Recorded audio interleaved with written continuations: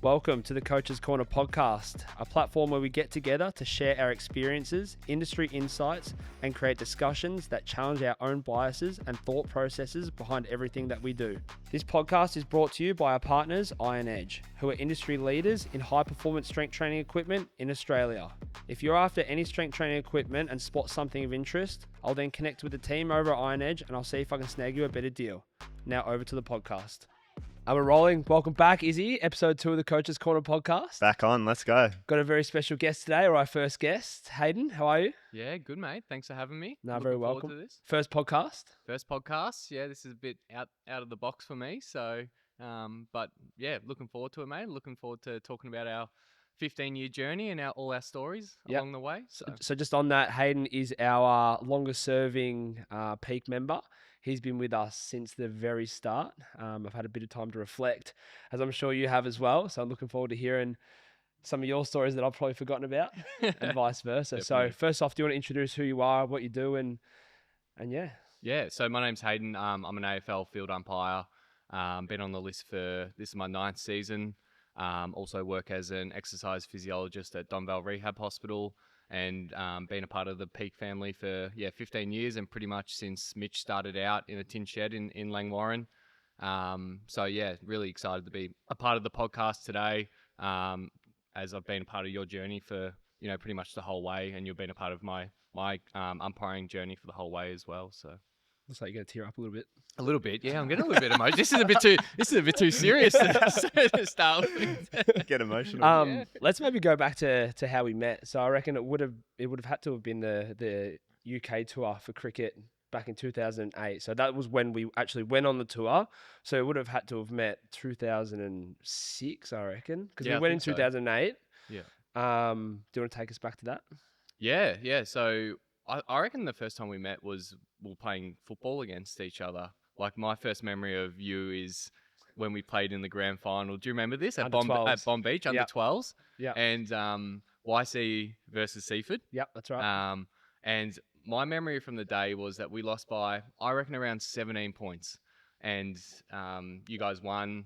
I reckon I kicked 2 goals, 5 or 6. And I reckon if I kicked straight, I should have been best on and we should have won the game. So But probably fair enough that you've gone to umpiring. yeah, probably, yeah.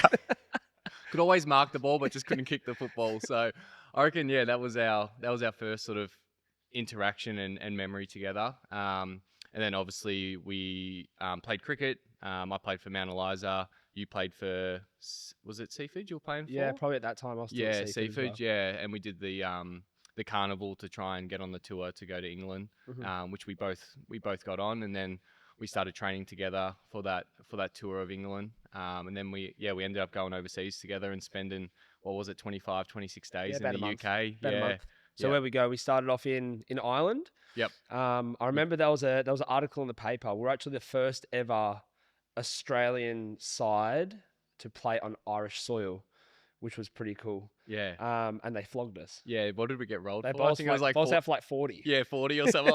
It was literally the greenest deck that you'll ever see. And I think like we were 13 years of age. 14, No, a bit older than that. We're probably 14, 15. And we'll play in the I think it was the under 18 Ireland team. And they were really good, and we were like, we'll half decent, but they just rolled us on this green pitch. We were like, oh, this is our first game, so we're like, this is what the tour is going to be. Yeah, We're going to be playing all these awesome teams. We're going to get rolled for 40. But you end up playing different sort of sides and different schools and stuff. And yeah, it was a really cool trip. Awesome. So 2008, you obviously played a little bit of cricket together over there. Lockie Whitfield also on that tour. Yep. Who's now, has he played 200 AFL games yet? I reckon he has. Yep. For GWS. Yeah. So we'll touch on that later in your interactions there. But then obviously cricket sort of finished up. You weren't playing footy anymore, and then you've moved into the umpiring scene. At what sort of time point were you involved with me at core versus when you started umpiring? Because I reckon you've been with me for about 14 years now, so that takes us back to maybe like 17. Yeah. Were you umpiring at that stage? The reason I actually got into umpiring was to fund the cricket trip to the UK. Oh, really? Yeah, Okay. yeah. So, like how close did we live to, as a crow? Very close. Like 200 meters Just away. over the road there. Yeah. literally.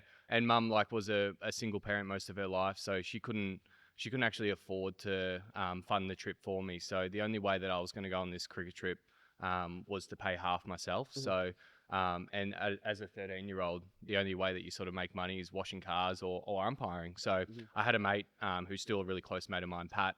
At the time, he was doing the boundary umpiring for Southern Umpires, and he said, "Why don't you come down, earn a little bit of money, then you can pay for your cricket trip?" So went down with him.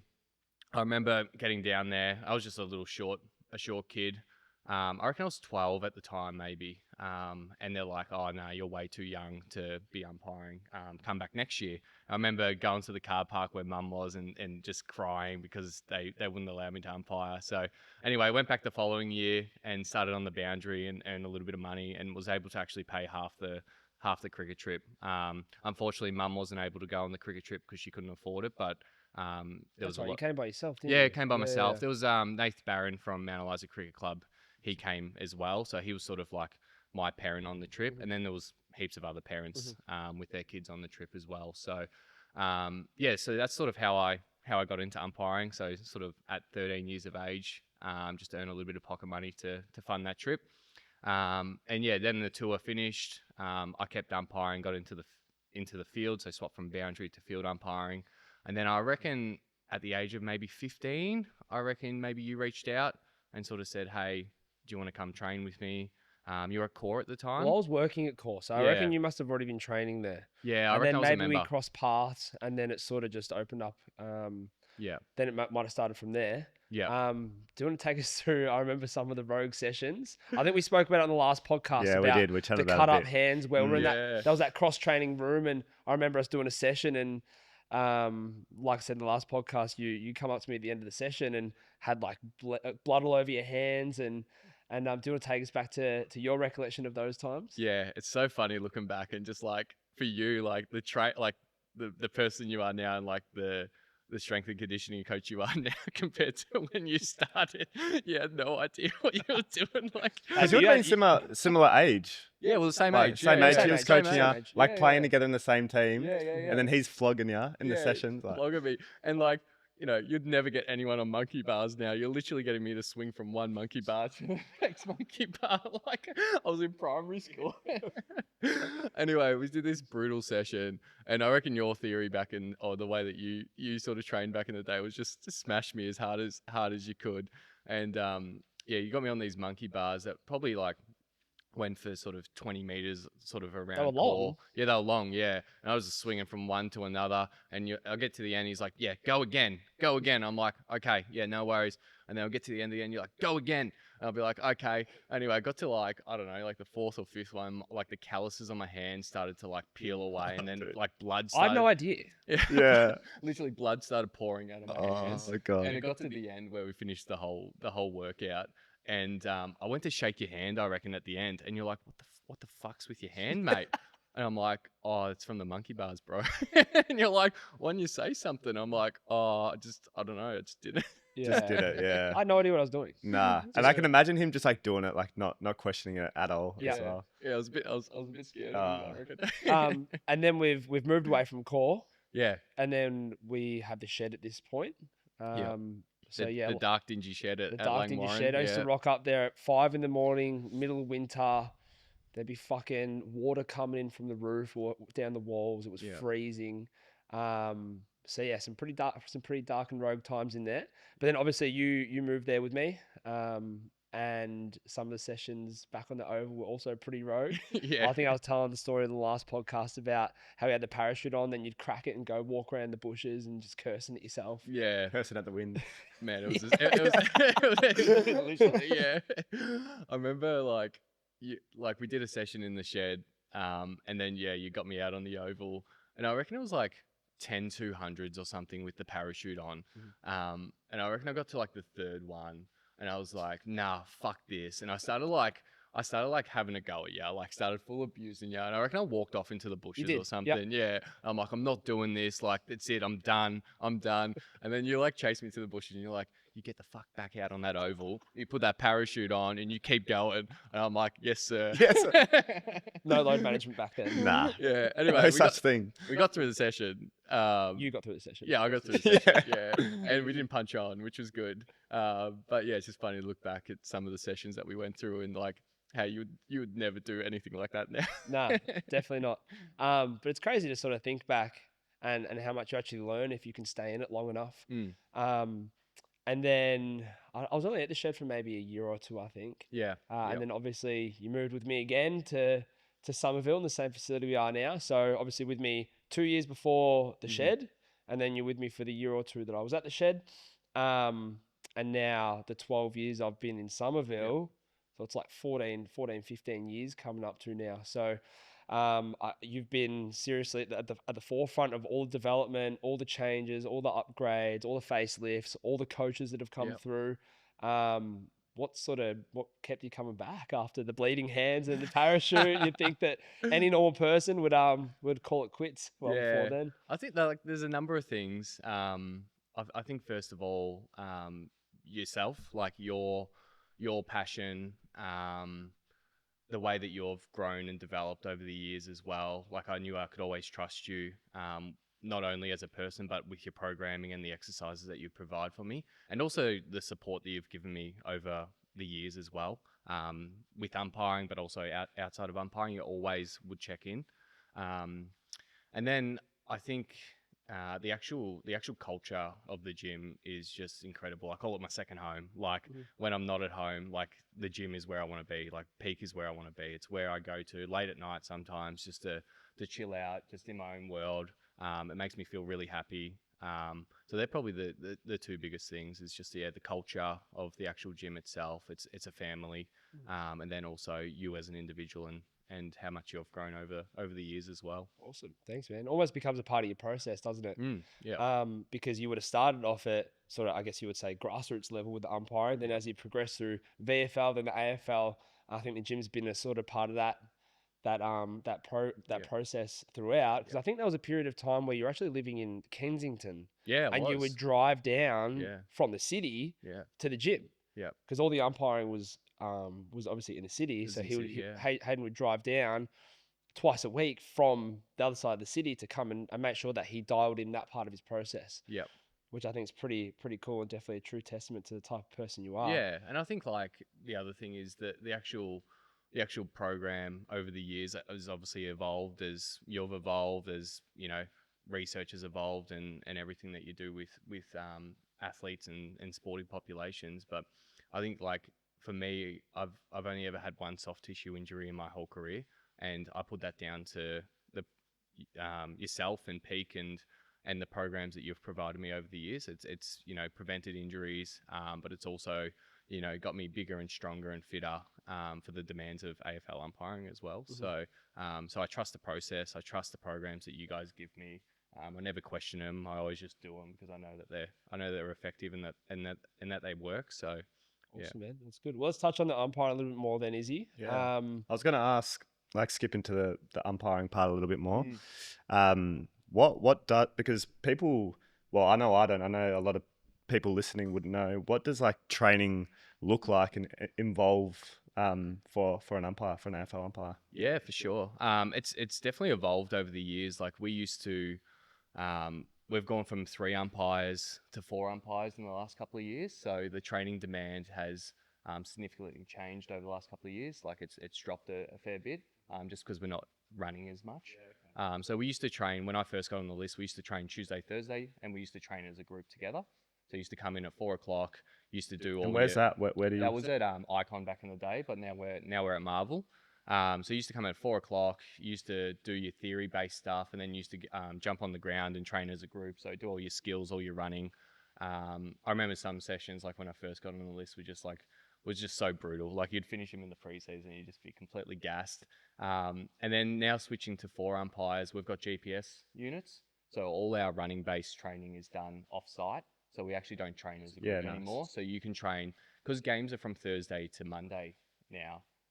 Everyone has different schedules, so everyone needs to train on different days. So it's really hard to actually get everyone, 42 umpires together on the list, training at the same time.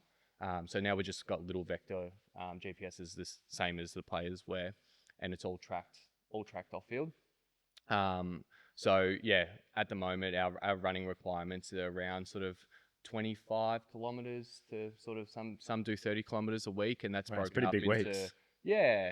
on top of all your gym stuff. Yeah, on and top of that, yeah. your cross training if you swim or you ride the bike as well. So and that's broken up into some longer, slower running, which we do a lot of during a game, and then you've got what's called your gut running. So that's sort of like a stride, a bit more than a stride, and then you've got your sprint running that we have to do as well, and we just have to meet those targets each week.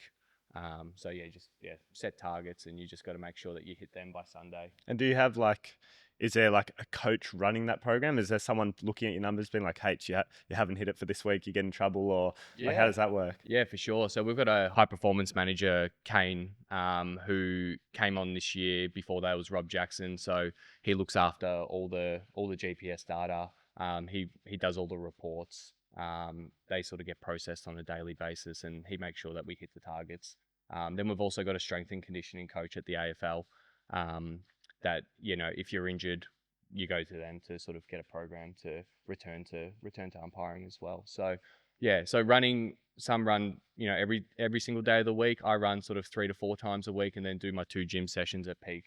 But everyone's sort of different. Some people might swim, some people might do a bit of bike as well. So yeah, but you just got to make sure that you meet those running targets each week. Yeah, unreal. Yeah. Diving into that a little bit more, obviously in the umpiring world, and it's a little bit different because I obviously know you personally, but from an outsider's perspective, you guys deal with all the media, you guys deal with all the relentless people online. How do you deal with all of that in terms of the ups and downs of the journey of being an AFL umpire? Yeah, it is challenging. And as I've been on the list longer, it's become probably more stressful as you start to do bigger games and people start to notice you a little bit more. The way that I cope with it is I don't have social media, so I try and avoid all those comments online. Sorry to cut you off, but is that why you don't have social media, to block that noise sort of out? Or yeah, definitely, yeah. So that's the only reason I don't have social media, is that I was finding myself. I probably had it maybe 4 years ago, and I was finding myself just scrolling Reading through articles through Facebook and reading articles, and sometimes they wouldn't be about me, but sometimes they would be about me, and it's just one thing that I could control to make sure that my mental state was really good. And yeah, so some umps have social media, and they use sort of every platform, but that's one way that I sort of cope with sort of all that scrutiny and stuff. I sort of live in my own cave sometimes and just go about my business how I do. But yeah, it's interesting. Like I look back at some of the games that I've done over the years, and I've done some really close games, and I've been fortunate to be a part of some really, really cool games. Some of those games I've done really well in and made the right call at the end, and some games I haven't. I remember back to Melbourne versus Adelaide. I reckon it was 2021. It was just after COVID, and I miss a insufficient intent deliberate out of bounds with, I think it was like 20 seconds to go in a game, and it would have resulted in Melbourne having a shot on goal. Pretty tight angle, but I'm not sure if they would have kicked it or not, but that would have won them the game. And I remember after that, like, that's when it really set in how much scrutiny that we get. Like, it was all over every media source. I remember going out after that game. We just went to a little restaurant, and there was 8 TVs just scattered around the whole restaurant, and it just, that decision came on the TV, and I remember just feeling like the world was going to end. It made me feel shit. But that was probably the game that really set in that we are in a profession that is highly scrutinized, and there's a lot of pressure around our performance and sort of that last 2 minutes of a game as well. So yeah, probably from then onwards, that's when I sort of got rid of social media and sort of started to avoid that a little bit, just to control what I could control. How does the AFL support you with that stuff? They're really good. So AFL, the umpiring department, is always got our back. They're fantastic. The AFL's great as well. over the years, they've provided me with some, mental health support, psychologists. We've got two sports psych that work with us on a part-time basis that I've reached out to in the past just to help me with maybe preparation, performance, how I deal with, the scrutiny, the high pressure environment, my sleep, all that stuff. And then they provide you with clinical psychologists if you need as well. So from a mental health perspective, they're really, really supportive of the AFL. It's probably another reason why I wanted to get you on as well is people don't understand, the people that they're sort of involved in, that they are scrutinizing, and we're just ordinary, normal people at the end of the day with feelings and emotions, and we don't want to be at the forefront of all the backlash. But yeah, you're right. You are in a highly scrutinized environment, and I feel like you deal with the pressure very well. Yeah, and I think that's sometimes a misunderstanding is that people think that umpires are different, like we're robots maybe sometimes. We don't have feelings. Like you can throw abuse over the fence at us and we'll be fine. It's easy. People, yeah. But we're just normal people. I've got a wife. I've got a daytime job, which I love. I live a very normal life and I'm a normal person. So, and I've got, we've all got feelings and all that stuff. So, sometimes I think, supporters and outside people, sort of, think that we're a little bit different, but we're not. We're just normal people. Yeah, awesome. Let's talk about the grand final. Yeah. So the year of the grand final, the year leading up, I remember you told me one day you got your first Friday night or your first primetime game. Might have been the year before. It was a Collingwood game, and the ball went out of bounds, or it might have been after COVID or something. Can't remember. But there was a deliberate that you gave apparently in front of a Collingwood crowd. Do you remember that? Nah, I don't remember that. And you spoke about how loud and how insane it was. It was a primetime game. It might have been one of your first ones. But then obviously a year or two later, you've worked your way up to your first grand final. I remember us speaking over the years about getting a final and then getting two finals and then to the point where you eventually got all the way up there. Do you want to talk us through that process, that season, and we can have a chat about the game? Yeah, it was pretty crazy. My goal in umpiring was just always to make the list and do one game. And then I look back now, I'm almost at 180 games in a grand final. But yeah, my first sort of 6 years on the list, I wasn't doing big games. I struggled a little bit. I sort of had, highs and lows and performance wasn't that consistent. And then I remember doing my first final. It was during the COVID year up in the hub, which was St Kilda Western Bulldogs. And then the next year I sort of had a little dip in my season. I wasn't sure sort of how the next year was going to go. And I sort of just had this breakout year where they sort of threw me in a few tough games. I remember doing Richmond Carlton round 1, which was just crazy. And then I ended up getting appointed to Easter Monday that year. I ended up getting appointed to Anzac Day that year. I ended up getting appointed to Showdown that year. So all these big games that I'd never done before. In front of 80, 90,000, and which was just super cool. And then it got to the end of the season, that was 2022, and I ended up getting appointed to a final that year, which was what was the first final?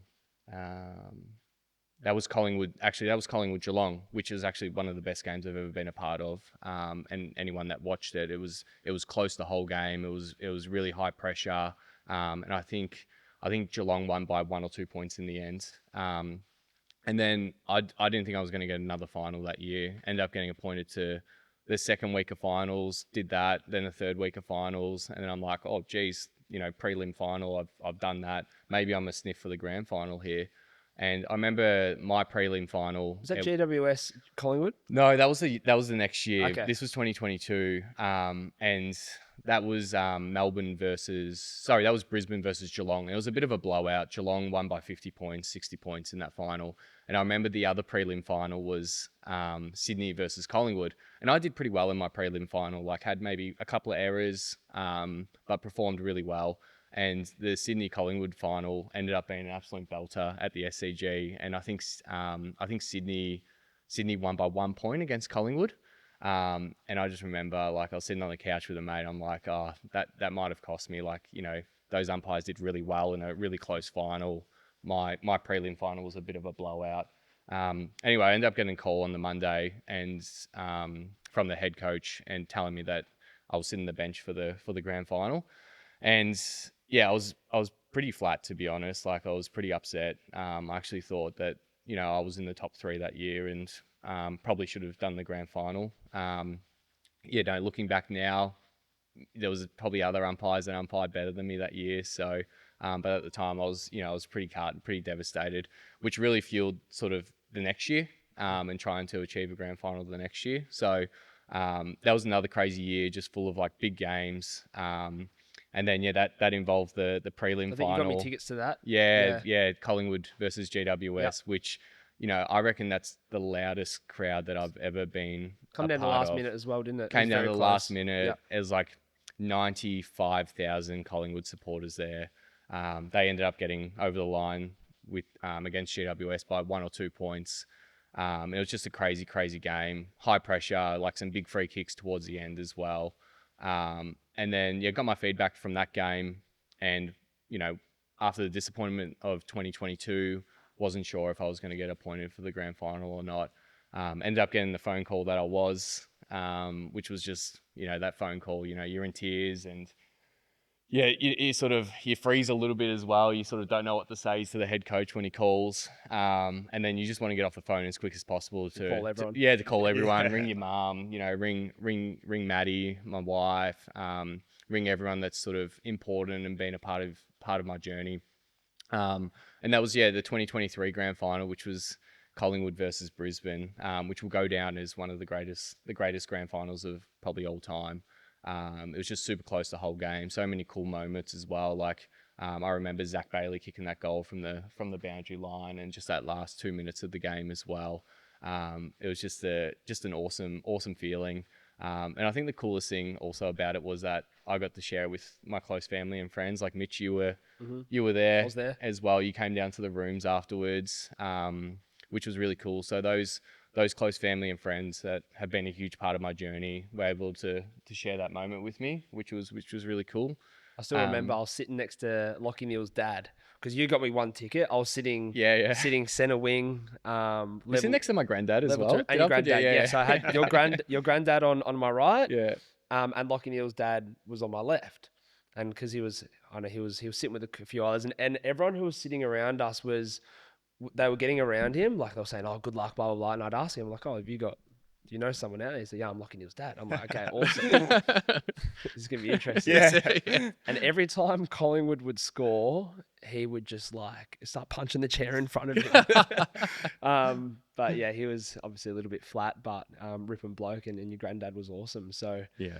And then I remember after the game, we're in the rooms. I remember you were off doing all your celebratory stuff, and I just remember going out and hearing, all you could hear was, everyone had already left, so the MCG was empty, and you could hear the echo from the Collingwood rooms. All you could hear was Collingwood, Collingwood. It was insane. It was it was pretty special and pretty cool feeling, like going on the ground and after the grand final, like no one in the stands, and reflecting on that. Yeah, reflecting and like, we got a photo together, and it was just cool being on the MCG like after that grand final and sharing that moment. So yeah, it's a day that I'll never forget. And you, from when we were 13, 14, when I started training with you, that was the goal, was to, get on the AFL list, but then to, get the best out of my career and hopefully do a grand final one day, which I did. So crazy. And we probably won't reflect on it for another 15 years, I don't think, until everything's sort of done and settled, and you've stood away whenever that time is. But you probably won't really reflect on it for a long time yet. Yeah. And hopefully first of many. And I think like putting into perspective, in the whole history of AFL, BFA football, like I think it's only 75, 80 umpires have ever done a grand final. So over 100 years, like there's only been sort of 80 umpires that have ever done a grand final. So that's sort of like what I go back to, and like, how special it is that I'm one of those 80 umpires that have been able to achieve that goal, which is cool. What were the nerves like the night before? Did you sleep? It was pretty, like, the nerves actually weren't that bad, because it was a hectic week. It's crazy how it works, like the grand final week. You get the call on the Monday saying that you're appointed to the grand final, and you do all, call your close family and friends and do all that stuff. And then the Tuesday, you've got the day off, but then the Wednesday, you've got to go into AFL House for a morning tea. and then your coaching session, and then your training session. So that's pretty much a full day. And then the Thursday you've got a grand final dinner at the MCG. So you train on the MCG on the Thursday, and then you go into this dinner in one of the rooms at the MCG, and that goes to about 10:30. So it's a pretty late night. And then the next morning you've got to get up and do the parade. So you're up at 7 o'clock to go to, I live locally in the Morning Peninsula, and you got to travel an hour to the city, and then do the parade, traffic, all that stuff. And I remember finishing the parade, and I was just exhausted. Yeah, you'd be taxing that. Yeah. So I got home. I remember just being on the couch and just passing out. I was at like 2 o'clock, and then I slept pretty well that night just because I was exhausted. And then you're waking up the next day, and you got to go to the ground for the grand final. So there wasn't really enough time to sort of let it soak in and to get nervous. Like it was just go the whole week. But I felt like I managed it pretty well. And then obviously there's nerves when you get to the ground and game day and all that stuff. How did, just off the back of that, I was just thinking before, because we probably have a lot of young listeners who are athletes and stuff who play games and you make mistakes. And as you become like an older player and get more experience, you learn how to deal with that a little bit better. What's your mental process to actually bounce back when you know you've made a mistake and then make the next decision to be a right one, hopefully? Yeah, I was really bad at it early on in my career. Like I was really hard on myself. I used to actually count almost. Like umpiring's a very negative environment sometimes because you're just looking at mistakes. Well, we're looking at mistakes. Supporters are looking at mistakes. Everyone's just looking at the mistakes that we make. We make over 1,000 calls a game, in terms of. And I was looking at the right ones. Some are easy. Some are just he's marked it, pay the mark. Some are has he gone through the protected area? Has he not gone through the protected area? Some are just calling stand or outside of 5. So some are really easy, but we make over 1,000 decisions probably every single game. So, and we only make a handful of errors each game. So as an accuracy, we're at 98, 99% in terms of our decision making, but everyone just looks at that 1% and those errors that you make. So, and that's probably what I was doing in my first sort of 5 years on the list, was just, counting my errors, how many that I potentially had in the game, which was just really negative. And then I just sort of flipped my mindset of just, starting to focus more on the decisions, all the positive decisions that I made. And that sort of helped me move on, because when you make a decision, you've got another decision to make within maybe a second that you've got to move on from. Otherwise, if you're still dwelling on that initial decision, you're probably going to make another error. So, I've learned over the last few years just to accept that I'm going to have errors in games. Some are going to be minor, some are going to be bigger.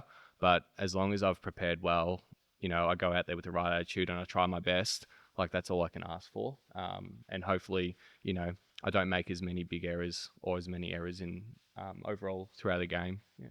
It's definitely in any sport. I'm obviously involved a lot more with cricket now, but something I always say to a lot of the young blokes, that the game's moved on too quickly for you to sit and dwell on any mistakes that are happening. So you have to be able to have a process, adhere to that process, and you have to accept that it's either going to go for you or against you. And it's probably going to go against you a lot of the time as well. And you have to be okay with that and be able to move on. Yeah, 100%. If you're not in the zone, if you can't move on, then as you said, the game moves so quick and there's so many decisions to make that you're just going to keep having errors. That's how it works. So the quicker you can move on from a decision and just accept that it might be right, it might be wrong, but let's move on, then the more chance that you're going to process the next decision right. So, process versus outcome. Yeah, exactly right. Yeah. Moving on, we're going to have a chat about obviously the grand final happened, and then obviously with how close we are, obviously had you in the gym the year after, with your mental health, and the struggles that you faced during the season after and the hangover of the grand final. It was a pretty tough season for you the year after, and obviously we spoke a lot about it. I'd love to, if you're happy to share a little bit of your insights into that season and how you felt and how you managed to get through it. Yeah, definitely. Not many people know that. I probably struggled a little bit with my mental health in 2024. I know I spoke to you a lot about it, and my wife about it, but not many other people. I suppose the grand final, you work all these years to achieve that goal.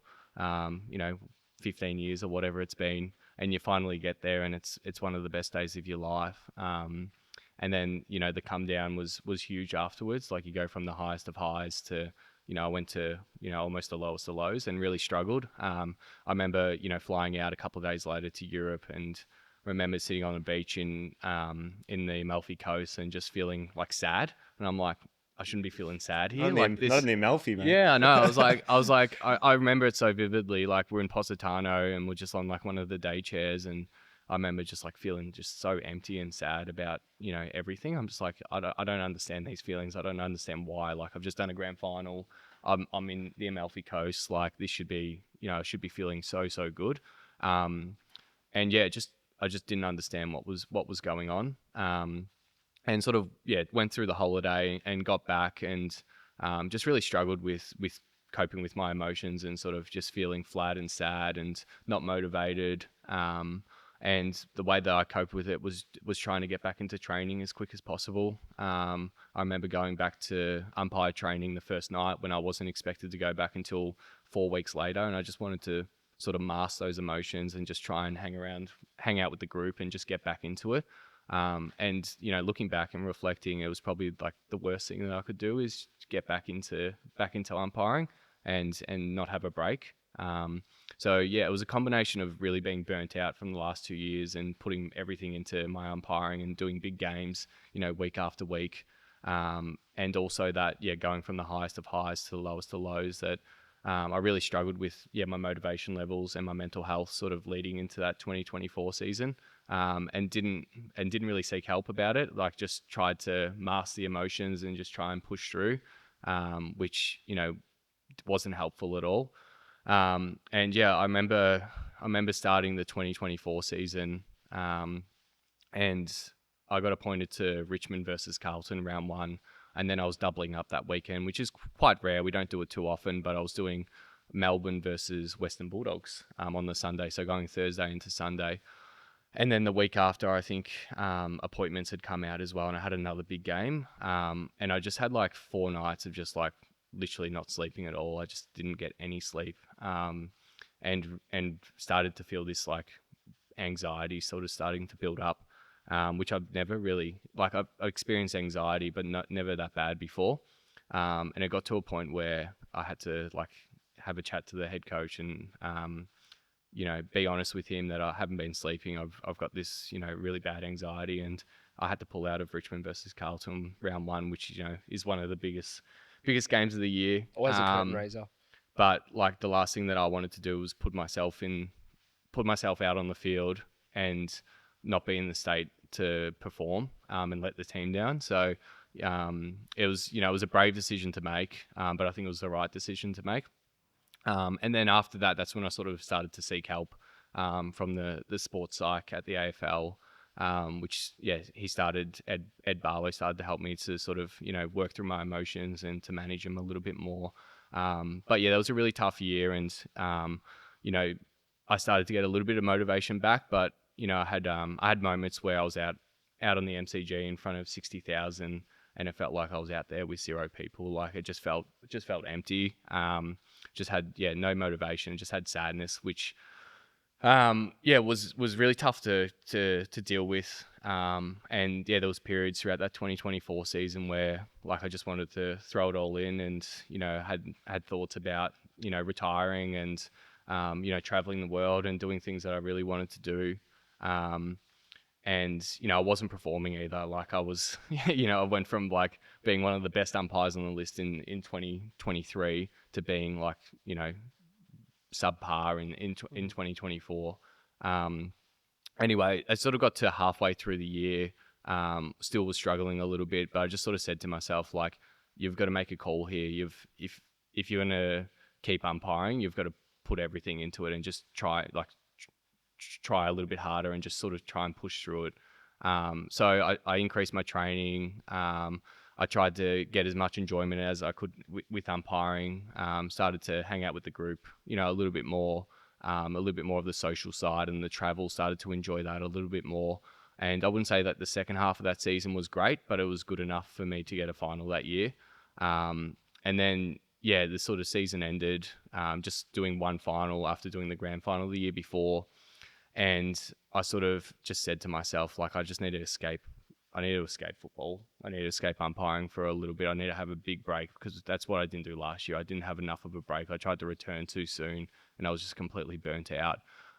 So I ended up taking, a couple of extra weeks off, just on leave, and coming back a little bit later. And I remember sort of still feeling a little bit flat at training going into the 2025 season. And I remember doing my first club visit, which was at St Kilda, and I was like, okay, I'm going to rock up to this, just see how I go, see how I'm feeling. And I did the club visit at St Kilda, and I was like, oh, I quite enjoyed that. That was like, really good. And then did another club visit, and I started to feel that passion and that motivation come back, and that drive and that energy, which was really, really cool. And I felt it over time, like when I would catch up with you at the gym at night time, slowly, Yeah. your confidence and your eagerness started to really come back. Yeah. And like there was a lot of things I did in the background to sort of help with that. Like I, engaged a clinical psychologist and worked through a lot of stuff on field, but also off field as well. I had that massive break in the off season as well, and tried to enjoy myself as much as possible. I got married, which was really cool. So, I did things different this year or this preseason that I didn't do last preseason.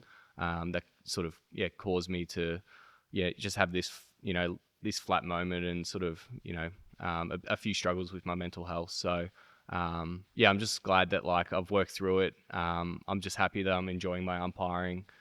So that was the goal at the end of the year. Like I remember the head coach saying to me in my exit review, is just like, next year, like, we want you to go well and all that stuff, but the most important thing is enjoy it. Like as long as you're enjoying it, like we're happy.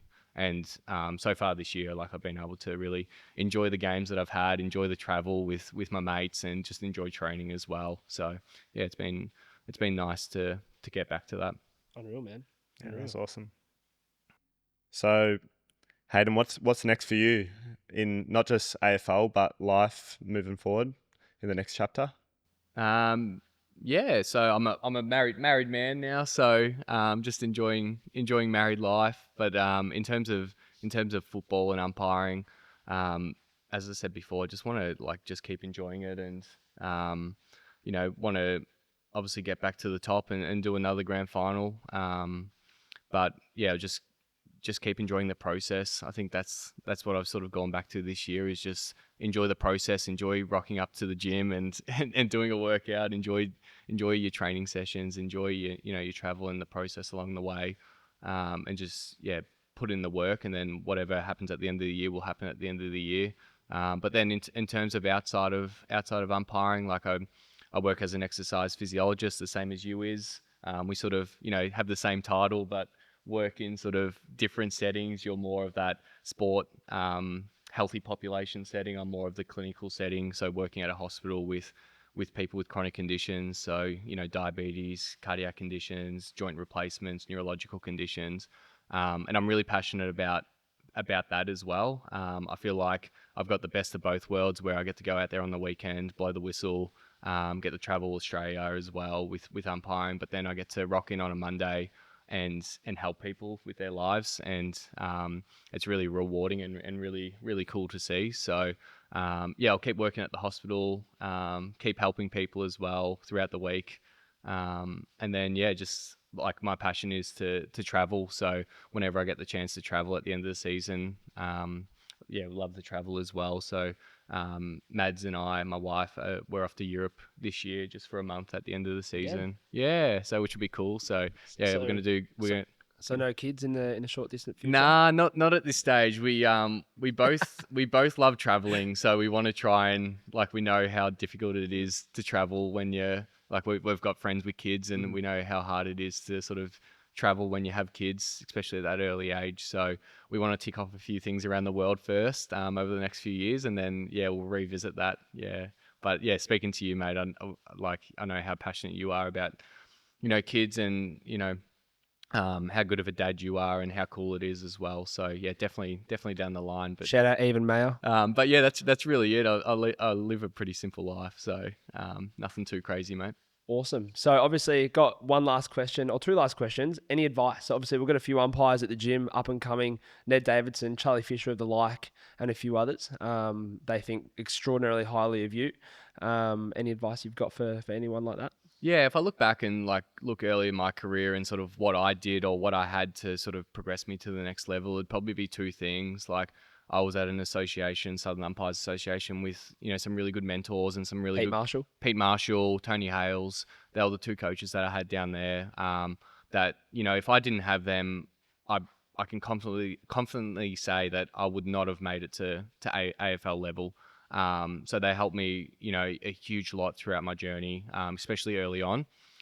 So yeah, try and surround yourself with a really good local association that has some really good coaches that can progress you to the next level. And then the other thing I would say is that for me, like getting into strength and conditioning and seeking your advice early on is really helped me with my career. I don't know, might have made it to AFL level if I didn't have you, maybe not, but I definitely know that I would have had more injuries and a lot more setbacks if I didn't put in the work early. So, I've been seeing you since we were 14, and like some people don't engage or don't touch a weight until, 25, 30 years of age. They're starting a lot younger now. Yeah. I'm seeing a massive increase in as little as 12 years old now. Yeah, which is really cool, like really good to see. So I think that were the two big things. Like, yeah, try and find a mentor or a local association that will help you progress with your career, and then also, yeah, try and get into the strength and conditioning and the weights.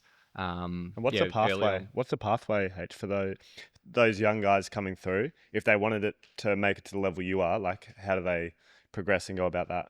Yeah, so it's doing games at your local your local umpiring group. So for me, it was Mornington Peninsula Association, and progressing through the levels there. So you might start off with juniors, and then you might progress to 18s, and then reserves, and then seniors.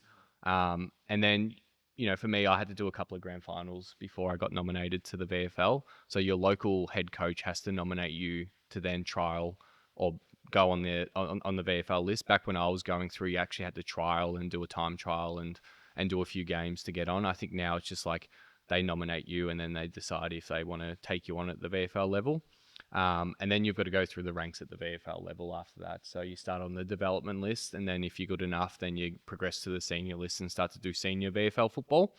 And then from there, if you're good enough, you do finals, grand finals, and then get nominated for the AFL list. No TAC or Talent League?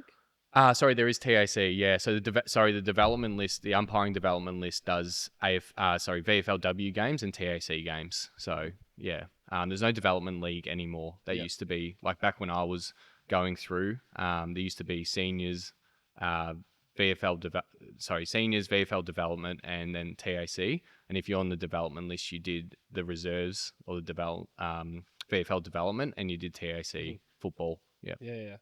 Cool. So I guess in closing, I do have a bit of a controversial question, which I've worded you up on a few times. So I'm looking forward to finally getting a fucking answer. I've got a question. Can I jump in before? Yeah, go for the it. guest ask a question to the. This has been a real burning question. Here we go. I'm not prepared for this. Like, obviously, you've been my coach for ages, but we also played footy and cricket together. We also played with Lockie Whitfield as well, who's now playing for GWS Giants. Yeah. And he was a pretty good cricketer, you would say. Very good cricketer. All-rounder. Could have gone either way. Yeah, really good batter, really good bowler. If you had to look back, okay, I'm going to break it into two parts. If you had to look back when we were sort of 13, 14, would you say that you were a better footballer than me, or I was a better footballer than you? I was a better footballer than you. You were a better footballer than me? Yeah. Okay, all right. What about cricket? Would you cricket, say that then you were a better cricketer? you're better? Really? Okay. Yeah, I think you could have gone very far. If you weren't going to go down the umpiring route, you could have definitely had a good Premier career, I would have thought. All right, I think I would agree with that. And now, what about Locke? What about Lockie? Whitfield? Yeah. Lockie Whitfield. Cricket. Who was a better cricketer out of us three? Lockie Whitfield was a better cricketer. Yep, I agree. You Lockie agree? Whitfield was a better cricketer. And Yeah, then better obviously, bowler. obviously footballer. And obviously, Yeah. it was crazy because he's a year younger. That's when I was going through all the Stingrays stuff. Yep. And I remember we were in Ireland kicking the footy, and there was no Stingrays for Lockie's age. Yeah. And we were kicking the footy with him, and he had nice skills. I'm like, fuck, you got a nice kick on you. Yeah. And then And you could kick it like right and left right foot, and like left at that foot, age. didn't Yeah. miss. Yeah. And then obviously the evolution of Lockie has been insane. He was All-Australian last year or the year before. Yeah, I think so. Yeah. Have you had any Yeah. interactions with him? Yeah. Like every time that I have a Giants game, like pre-game, just go up and say hello. And I think I owe him an iPod Nano, maybe, like on that UK trip. I think I broke his iPod Nano, which his dad wasn't happy about. I think I still to this day owe him an iPod Nano, so I should raise that next time I catch up with him, see if he wants the iPod Nano back. It'd be hard to find one now, but yeah. So obviously, we've spoken about our sort of evolution as I guess teammates first into a great friendship. I was also married. My wedding was 2022. I'm going to say Don't want to get this one 2022. You're invited to the wedding. Yep. Obviously, in the middle of footy season, we're in Queensland, and you weren't able to attend, which is absolutely fine. But then you had your wedding. Yep, got married last year. Yep, November. And I believe I wasn't invited. Want to share some information as to why? Sometimes in life you got to make tough decisions, and like umpiring. And this was a tough decision. We had a smallish, not making excuses, but we had a smallish wedding. You had 60 to 70, if I'm not correct. Yeah, something like that. Yeah, that's a lot of something people. like that. Maybe plus. And so did we. Plus on a few more. We had 60 to 70. Yeah. And no, the main reason was that with a wedding, usually most people, you had a bucks party, yeah? I did. You had a bucks party? Oh yeah. You had a bucks party? Yeah, you definitely had a bucks party. And usually everyone that's invited to the wedding, the guys, most of the time invited to the bucks party, yeah? And I wanted to make it to my wedding. So my concern was that if I invited you to the wedding, You had I had to invite you to the bucks That's party. valid. And I could not, like, if you went to my bucks party, there was every chance that I would not make it out alive. So, and to the wedding. Actually valid, yeah. So as much as I wanted you at the wedding, there's no chance I could have had you at my bucks party. I believe I was actually sober at Isaiah's wedding. At my wedding, Oh no, sorry, at your bucks. you were actually. He was. Was he? Oh, Yeah. right. There you go. Jeez. You should have told me that beforehand, mate. Then you would have got an Yeah, invite. That's a fair answer, I guess. Yeah. But that's no, good. just a running joke we've got going on. Obviously, no Yeah. hard feelings. Don't think any less of you as a friend. I think there are hard feelings. Yeah, there's definitely a little bit of that. But mate, it's been incredibly humbling. And me too. I haven't even had a chance to sit and reflect over the years, and it's been great to sort of sit down today. And again, I won't reflect for years to come yet, because obviously you'll still be pushing for grand finals and pushing for better and pushing for more. But very much appreciative of you as a friend, and definitely as a member of the gym. And I very much value our friendship and what you bring to us as a brand and to me as a person. So Izzy's been with us for 6 years now. Obviously had a little bit to do with you as well over that time. And yeah, I couldn't thank you for everything you've done for us, and look forward to what's next.